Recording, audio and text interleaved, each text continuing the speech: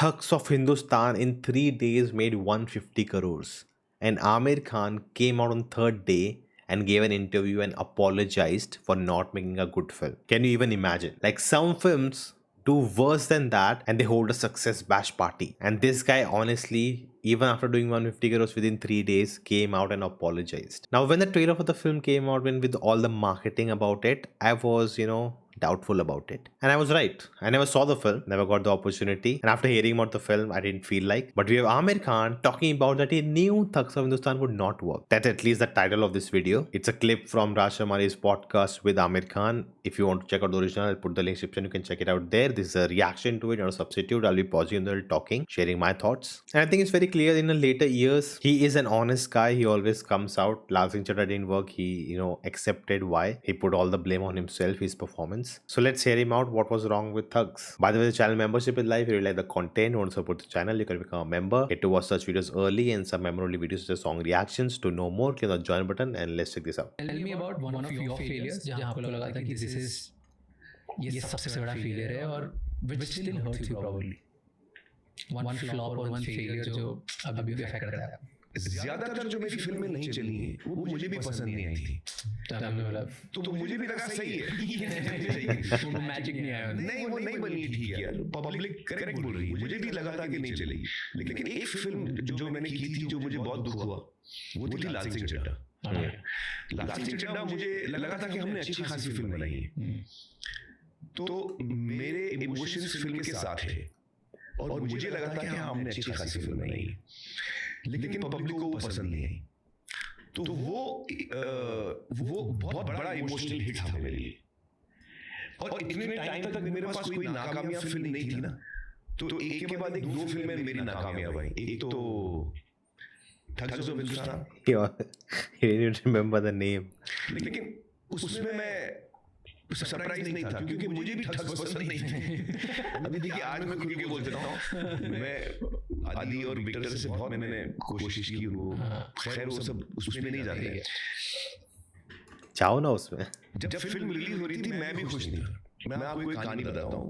किरण जो मेरी ex wife है, उनको पता है कि यार मैं जब मेरी रिलीज आती है 2 महीने तक मुझे नींद नहीं आती, लाइक जैसे आजकल अभी मुझे नींद नहीं आ रही है, मैं सो नहीं पाता, माइंड ओवर टाइम वर्क होता है। ठग्स ऑफ हिंदुस्तान की रिलीज से पहले किरण ने मुझे एक दिन बोला, यार रिलीज नजदीक आ गई, आप बड़े इत्मीनान से सो रहे हैं, चक्कर क्या है? तो ऐसे किरण, क्योंकि मुझे पता है वो फिल्म नहीं चलने वाली है, मेरे अंदर ना एक्साइटमेंट है ना कोई एंटिसिपेशन है कि मैं इंतजार कर रहा हूँ कि लोग मेरी फिल्म देखेंगे, बल्कि मुझे तो मेरा दिल बैठ रहा है कि लोग भी मेरी फिल्म देखने वाले हैं, और वो मैं खुद खुश नहीं हूँ फिल्म से। लेकिन प्रोड्यूसर और डायरेक्टर खुश हैं, तो मैं क्या बोल सकता हूँ। तो खैर पर लाल सिंह चड्ढा में तो उस फिल्म में तो जब नहीं चली तो मुझे पता था, अंदर से फीलिंग थी कि नहीं, मुझे पता था नहीं चलेगी। ओके, मैं 100% श्योर था नहीं चलेगी, मुझे कोई डाउट नहीं। Did you express that? या I expressed it very strongly to Adi and Victor, but they were confident of it. देखिए मैं उनको भी ब्लेम नहीं करता हूँ, ये क्रिएटिव काम है, आप अपने इंस्टिंक्ट से तो जा सकते हो। फेयर। तो डायरेक्टर और प्रोड्यूसर की इंस्टिंक्ट थी कि यार हमने बहुत सही फिल्म बनाई, ये बहुत चलने वाली है। मुझे लगा था कि नहीं, ये फिल्म पानी नहीं मांगेगी। मैंने आदि को बोला था, ठीक है जब आदमी मरता है ना वो बोलता है पानी पानी, तो कभी कभी वो पानी मांगने की भी ताकत नहीं होती, तो ये मुहावरा वहां से है। तो मैंने कहा था ये फिल्म पानी भी नहीं मांगेगी, तो खैर वही हुआ। तो इसलिए मुझे इतना बड़ा डिसअपॉइंटमेंट उस टाइम पे नहीं हुआ। I think it also, that time when the film came out, my thought process was that this is a guy who put so much energy of himself even when he's not directing. Like Three Idiots, like he made some changes to his character, which Rajkumar Hirani said that actually improved the story and the performance. So he invests so much of himself into the story. He works with the director, producer, everyone, and when he's own producer, own direction, next level perfectionist, right? So when he like for Dhoom 3 also, is Dhoom 3 is kind of a hit because it did the numbers, but like most people don't like Dhoom 3. Not many are fans of that film, and it is considered the worst of the franchise now. But in that also, even Thugs also, both films, you can see he's just focused was, okay, my character is this, I want to do what my character is. He didn't focus on the story or the whole film. His approach was just towards the character. And those are the films which have not worked. When he focuses on, the whole film, everything in it, like even Lal Singh Chaddha, his performance is the issue, but the story works really well because it's a remake. The way they've adapted the story in India, those things work. The songs are so good. I still listen to them. Now I just saw the film once in theaters and maybe once when it came on OTT with family. So I don't remember much, but I think again the story was fine, but again his performance was not iconic enough like previously. But when he's focused just on his character, films don't work. When he's wholly focused on the films, they work. Disappointment और जो मेरा दिल टूटा था वो लाल सिंह चड्ढा के time पे, क्योंकि मुझे वो कहानी बहुत पसंद आई थी। शायद वो रीमेक थी और फॉरेस्ट गंप बहुत लोग देख चुके थे, तो शायद इसलिए नहीं चली या लोगों को कनेक्ट नहीं हुई। आई थिंक मेरा काम ठीक नहीं था। आई थिंक मैंने परफॉर्मेंस को बहुत ज़्यादा हाई पिच किया था, तो वो कनेक्ट नहीं हुआ कैरेक्टर लोगों के साथ। You said that before. तो वो फिल्म में हम लोग गलत गए, मेरे हिसाब से हम लोग गलत गए उस फिल्म में। लेकिन मेरा इमोशन उस फिल्म के साथ बहुत गहरा था, तो इसलिए उसका हिट बहुत ज़्यादा हुआ, मुझे बहुत ज़्यादा हुआ। और काफ़ी टाइम तक मुझे लगा कि यार शायद पता नहीं। अच्छा, उस दौरान एक और चीज़ बहुत इंटरेस्टिंग हो रही थी। कोविड का टाइम था, और कोविड के टाइम पे लाल सिंह चड्ढा आदि बन चुकी थी। एग्जैक्टली हमने हाफ वे में थे, आदि बन गई थी और आदि बननी थी, कोविड आ गया तो हम लोग रुक गए, सब काम रुक गया। तो खैर जब काम रुक गया तो मुझे सोचने का मौका बहुत मिला। अपने करियर की शुरुआत से 18 साल की उम्र में जब मैं असिस्टेंट बना था, तब से लेके कोविड तक मैं उस पागलपन और उस नशे में और उस सिनेमा के रोमांस में इतना खोया हुआ था कि मैंने कभी रुक के अपनी ज़िंदगी को पीछे मुड़ के देखा नहीं कि भाई क्या हो रहा है मेरी ज़िंदगी में, क्योंकि सिनेमा का वो नशा बहुत ज़्यादा होता है, और खैर मेरे लिए तो बहुत ही ज़्यादा है। तो कोविड की वजह से वो कंपलसरी पॉज आ गया। मैं काम कर ही नहीं पा रहा था, किसी को मिल ही नहीं पा रहा था, घर में बंद था। तो वो एक फोर्स्ड मुझे सोचने का मौका मिला, और मैंने जब सोचना शुरू किया, अपनी ज़िंदगी को देखना शुरू किया, तो मुझे रियलाइज़ हुआ कि यार मैंने अपने बच्चों को वक्त नहीं दिया है, मैंने अपने अम्मी के साथ इतना वक्त नहीं गुजारा है, रीना, किरण, मेरे भाई बहन, जो मेरे लोग मेरे बहुत नज़दीक रहे हैं, उनके साथ शायद मैंने बहुत नाइंसाफ़ी की। और जब ये थॉट आया तो ये थॉट बहुत जल्दी बढ़ने लगा, और मैं बहुत ज़्यादा अपने आप को ब्लेम करने लगा, बहुत ज़्यादा गिल्ट में चला गया मैं। और मुझे बहुत बुरा लगा कि यार ये मुझसे बहुत बड़ी गलती हुई, अंधा हो गया था मैं शायद। अच्छा, जब मैं ये कहता हूँ तो लोगों को लगता है मैं पता नहीं कितना कठोर बाप रहा हूँ, ऐसा भी नहीं है। कंपेयर टू बाकी फादर्स तो मैं फिर भी बेटर था, फ्रैंकली मैं आपको बोलूँ तो, क्योंकि मैं फिर भी बच्चों के साथ मेरा बहुत अच्छा कनेक्शन है, लेकिन मेरा ध्यान नहीं रहता था, मेरा ध्यान कहीं और था। तो वो एक बहुत बड़ी रियलाइजेशन मुझे हुई थी, और उसके बाद वो चीज़ लाल सिंह आदि बन चुकी थी। तो मैंने उस वक्त डिसाइड किया था कि मैं अभी फिल्में छोड़ दूंगा। मुझे फिल्मों आज के बाद मैं एक भी फिल्म नहीं करूँगा। इतना गुस्सा आया था मुझे अपने आप पे और सिनेमा पे, जिसने मुझे अपनी फैमिली से दूर रखा। ये बहुत इलॉजिकल चीज़ है, मैं आपको इमोशनल रिएक्शन बता रहा हूँ। उस वक्त मैं इतने गिल्ट में था और इतना मेरा ब्रेकडाउन हो गया था, एक्चुअली लिटरली मेरा ब्रेकडाउन हो गया था। तो मैं बहुत बुरे हाल में था, और मैंने फैमिली को बुलाया और कहा कि यार मैं बहुत शर्मिंदा हूँ कि मुझसे ऐसा हुआ है, और मैं इसको करेक्ट करने वाला हूँ। आज के बाद मैं कोई फिल्म नहीं करूँगा। लाल सिंह आदि बनी हुई है, इसको कंप्लीट करके अपन रिलीज़ करेंगे, फिर मुझे फैमिली के साथ रहना है। तो फैमिली भी शॉक हो गई सुन के कि ये क्या बोल रहा है आदमी। तो उनको तो लगा कि ये बोल रहा है, ये सिनेमा के बारे में इतना पागल है, कभी लाइफ में नहीं छोड़ पाएगा, चांस ही नहीं है।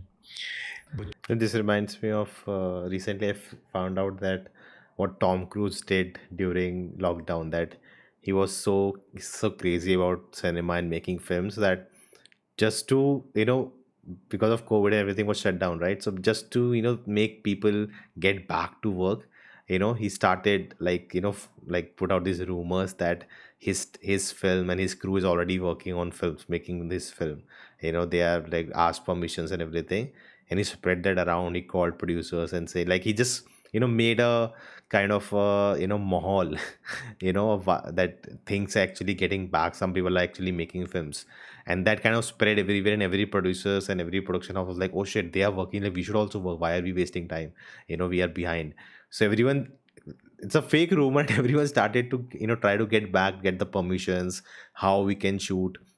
So Tom Cruise then called his production house. See, all the other production houses are working, so we also should start. And then he created, all the SOPs, like how to shoot during COVID, how many people can be there, the mask and everything, like all the procedures he created, and then he got back to making the film he wanted. I think that time they were making Mission Impossible or Top Gun Maverick. Top Gun Maverick. They were like, and out of rumors he spread, and then he made Hollywood work, and bring Hollywood and movies back to cinemas when theaters started opening and everything. Otherwise, everything was shut. That's how crazy some geniuses are. का भी वही response था, लेकिन हुआ क्या कि actually मैंने छोड़ दिया था और मैंने अद्वैत को बुलाया जब कोविड ख़त्म हुआ और काम शुरू हुआ। तो मैंने अद्वैत को बुलाया, मैंने अद्वैत यार अब मैं पीछे हट रहा हूँ फिल्म से, एक्टर के तौर पे, प्रोड्यूसर के तौर पे जो मेरी जिम्मेदारी है मैं पूरी करूँगा, एक कदम भी पीछे नहीं हटूंगा, मैं टीम प्लेयर हूँ। लेकिन जो मैं ज़्यादा आगे आके मैं हर डिपार्टमेंट में इन्वॉल्व होता था वो मैं नहीं करूँगा। आप लोग बहुत केपेबल हो, अद्वैत आप और सारे डायरेक्टर, सारे HODs बहुत ही केपेबल हैं, मेरी ज़रूरत ही नहीं है। मेरा इंटरेस्ट होता था तो इसलिए मैं इन्वॉल्व होता था। अब ज़रूरत है नहीं, आप लोग सही काम करोगे। तो एक भी मीटिंग में मैं नहीं गया, एडिटिंग अद्वैत ने की, मैं सिर्फ चेकिंग करता था जो प्रोड्यूसर का काम है। अगर मुझे कोई चीज़ पसंद नहीं आती थी तो मैं दोबारा करवाता था, बट वो प्रोड्यूसर का काम लास्ट में आता है। ओके। तो मैंने वो ऑलरेडी एक्शन कर दिया था और ऑफिस जाना बंद कर दिया था जब मैंने स्टार्ट किया। आयरा मेरी जो बेटी है, उन्होंने अगत्सु नाम का एक नॉन प्रॉफिट कंपनी खोली है जो मेंटल हेल्थ में काम करती है। तो मैं आयरा के साथ ऑफिस जाने लगा। एक्चुअली क्या हो गया, जब मैंने ये डिसीजन लिया तो अब प्रसन्ना भी वेट कर रहा था कि सितारे कब शुरू होगी। तो मुझे लगा कि यार अब मैं उसको बोल दूं कि मैं नहीं कर रहा हूँ क्योंकि इंडस्ट्री में मैंने किसी को बोला नहीं था कि मैं रिटायर हो रहा हूँ। मुझे कोई हल्ला वल्ला नहीं करना था कि मैं रिटायर हो रहा हूँ और ये कर रहा हूँ वो कर रहा हूँ। मैंने कहा यार वैसे भी मेरी फिल्में 3-4 साल के बाद एक आती है, तो लाल सिंह आके चली जाएगी, लोगों को लगेगा 3-4 साल के बाद इसकी फिल्म आएगी, जब नहीं आएगी तो वो भूल भी जाएंगे, क्योंकि मैं इतनी कम फिल्में करता हूँ तो आज की डेट में लोग भूल जाते हैं, आगे बहुत जल्दी निकल जाते हैं। तो मुझे बोलने की कोई ज़रूरत नहीं होगी। 3-4 साल जब लोग पूछेंगे तो मैं बोलूँगा हाँ मैं निकल चुका हूँ। मेरे को इतना कुछ बड़ा अनाउंसमेंट ये सब नहीं करना था। तो खैर हुआ ये कि I like how he's getting very comfortable to talk about. एक दिन मैंने प्रसन्ना को बुलाया चेन्नई से, ये कहने के लिए कि भाई अब आप किसी और एक्टर को देखिए क्योंकि मैं आगे काम नहीं कर रहा हूँ। अब ये पहली मतलब इंडस्ट्री में पहले इंसान को मैं बोलने वाला था कि भाई मैं फिल्में छोड़ रहा हूँ। तो उससे एक दिन पहले मेरे बच्चों ने मुझे समझाया कि आप क्या करने जा रहे हो। मैं बोला मैं फिल्में, उसको मैं बोलने जा रहा हूँ कि मैं फिल्म नहीं कर रहा हूँ। तो दे सेड आप करने क्या वाले हो। तो ऐसे मैं आप लोग के साथ अभी टाइम स्पेंड करूँगा। तो उसने बोला वो तो 6 महीने से कर रहे हो अब क्या हो गया, थोड़ा ज़्यादा हो गया, हमारी भी जिंदगी है, हमें थोड़ा स्पेस, हमको भी थोड़ा स्पेस चाहिए। तो मैंने कहा अरे यार ये तो गड़बड़ होगी। तो उन्होंने तो actually they were being very practical. और आयरा ने वाइट बोर्ड बनाया, उसने बोला कि आप अगत्सु में पूरी तरह इन्वॉल्व हो, हम अगत्सु में ये 12 चीज़ें प्लान कर रहे हैं आगे के लिए, इसमें से आप कौन सी चीज़ें करने वाले हो। तो मैं बोला ये 3 चीज़ें, इसमें आपका कितना वक्त जाएगा। मैं बोला 15%। तो बाकी 85% आप क्या करोगे। ऐसे तुम लोग के साथ रहूँगा। ऐसे नहीं बोला अभी ज़्यादा हो गया। और जुनैद ने बोला कि यार आप पेंडुलम की तरह हो, घड़ी का पेंडुलम होता है ना, आप यहाँ से जाते हो सीधा यहाँ जाते हो, तो यहाँ से यहाँ आपका सेंटर में कुछ है ही नहीं, आप लेफ्ट में रुकते हो राइट में रुकते। Extreme, I am extreme personality. तो आप या तो फिल्म में कर रहे हो तो दिन भर वही कर रहे हो, और नहीं कर रहे हो तो बिल्कुल नहीं कर रहे हो। तो ये आप एक्सट्रीम, टीचर के पापा आप हमेशा एक्सट्रीम्स में रहे हो। थोड़ा बहुत बैलेंस में आने की कोशिश करो। आप भी 8 घंटा काम कर सकते हो, उसके बाद 6 बजे घर आ जाओ, हमारे साथ रहो। तो उन्होंने एक्चुअली मुझे समझाया कि आपको फिल्में नहीं छोड़नी चाहिए। How do you lower this voice in your head कि जब फ्लॉप हो गई हाँ, और उसके बाद यार मैं थोड़ा बेटर कर सकता था या अच्छी चीज़ें चल सकती थी, या मे बी नाउ मेरे में वो चार्म नहीं बचा, ऐसे जो वॉइसेस आती है ना डाउट की, तो ये कैसे किल करते हो दिमाग में? इसका कोई तरीका नहीं है किल करने का। देखिए, जब मैं बड़ा रियलिस्टिक आदमी हूँ, वो मेरी एक स्ट्रेंथ है कि मैं अपने आप को बेवकूफ़ नहीं बनाता हूँ। जब मैं अपना काम देखता हूँ तो मुझे समझ में आता है कि ये कमज़ोर है, यहाँ पे मैंने गलती की है, ये मैंने गलत जजमेंट लिया। तो वो बहुत ज़रूरी होता है सेल्फ एनालिसिस के लिए। तो मुझे लगता है वो मेरा बहुत शार्प है और वो अच्छी बात है। I think that every field that happens, that if you need to like have to self-analyze and know what you're doing right and wrong, like don't wait for the people to tell you, and that actually hurts more. And you should, do it yourself and improve on that, start improving yourself on that yourself. Like sometimes you need other people to point out because you don't see it, but most of the times you can, see it yourself, and you have to be honest to yourself. Don't tell yourself lies. मैं बड़ा emotional आदमी हूँ, तो जब कोई चीज़ मैं खोता हूँ, चाहे वो इंसान हो या मेरा काम हो, फिल्म जिस पे हमें इतनी उम्मीद थी वो बिल्कुल कनेक्ट नहीं हुई, तो बहुत ज़्यादा दुख होता है मुझे। और मैं उस शोक को पूरी तरह मनाता हूँ, मैं उसको रोकता नहीं हूँ। मैं उस डिप्रेशन में रहता हूँ और मैं उस बात को छुपाता नहीं हूँ। Complete it. और फिर मैं उसमें से बाहर निकलता हूँ, और फिर जो मैंने गलतियाँ की हैं, फिर उनको मैं बड़ा टेक्निकली देखता हूँ, समझने के लिए एनालाइज करके कि ये कहाँ कहाँ गलत गया था मैं। इस दफ़ा मुझे दोबारा वही गलती दोबारा नहीं करनी है। गलती करो लेकिन नई वाली करना। वो गलती दोबारा नहीं करनी। हाँ, तो I take it very positively after a point. पहले तो मैं धक्का खाता हूँ और मैं एकदम कोलैप्स हो जाता हूँ, shatter. But then you analytically pick, then I एक एक करके मैं फिर दोबारा खड़ा होता हूँ कि हाँ, ये गलत हुआ, ये गलत हुआ, अभी आगे अपने को ये करना है। And I really try and learn from my mistakes, because actually आप सबसे ज़्यादा अपनी गलतियों से सीखते हो। और मेरी इतने सालों से कोई फ्लॉप नहीं आई थी ना, कोई नाकामयाब फिल्म नहीं आई थी। फर्स्ट टाइम लाल सिंह में ऑडियंस कुछ और सोच रही थी, मैं कुछ और सोच रहा था, तो मुझे वो झटका लगा। तो उसको मैंने पूरी तरह इस्तेमाल किया टू अंडरस्टैंड कि मैं कहाँ कहाँ गलत गया हूँ परफॉर्मेंस में, हर तरीके से। और मेरा सेंस ऑफ ह्यूमर ठीक ठाक है।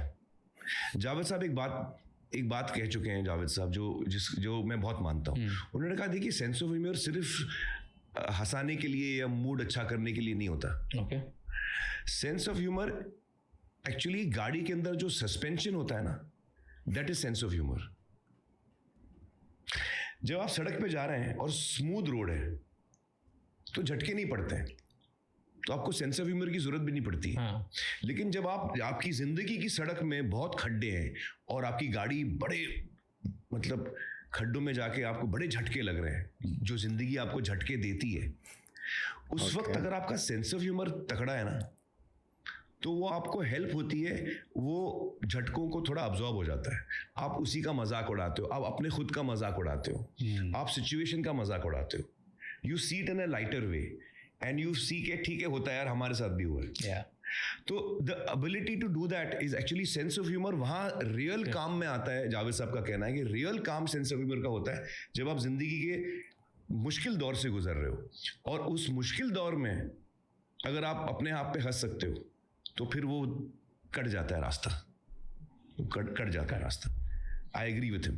तो I feel that's the kind of person I am. मैं अपने गलतियों को एक्सेप्ट करता हूँ और उनको सुधारने की कोशिश करता हूँ, और मैं बाउंस बैक काफी स्ट्रांगली करता हूँ। That started with something and that ended with something else. I wish they talked more about why he felt, all that about Thugs of Hindustan, but we went into more of his personal space, and that makes sense. He's doing all these, interviews because his film is coming out. You don't get to see him much often, sharing all these details. I think recently he did one where he talked about his previous films and his stories, and he recently did an acting workshop also. And like, the fascinating aspect is that we see the final product. We don't know what all went into making that, right? When he talks about Taiza Minpur, the way he made the Shield, who had never cried in his life. He didn't, like, he told him cry and he doesn't know how to cry, so he taught him how to bring that out from him, without making him sad or hitting him, all of that. So the tricks and small things, small changes in stories of Three Idiots, or be it some PK, or like like small tidbits, which kind of, when you see, when you realize, when you have seen the film, you're like, oh my god, that was, without that the film would have not worked for you. It was so important, but it was just a small thing they changed. That's just fascinating to listen to. And looking forward to that as a main part. This was fun to hear from him. And I think, yeah, it, for the person he is, I think, except Lal, he said himself that he understands when a film is gonna work or not. And it becomes very obvious when you're very honest and brutal with it, with your own self. But what do you think? Let me know thoughts in the comments below, and next, and I will see you next time.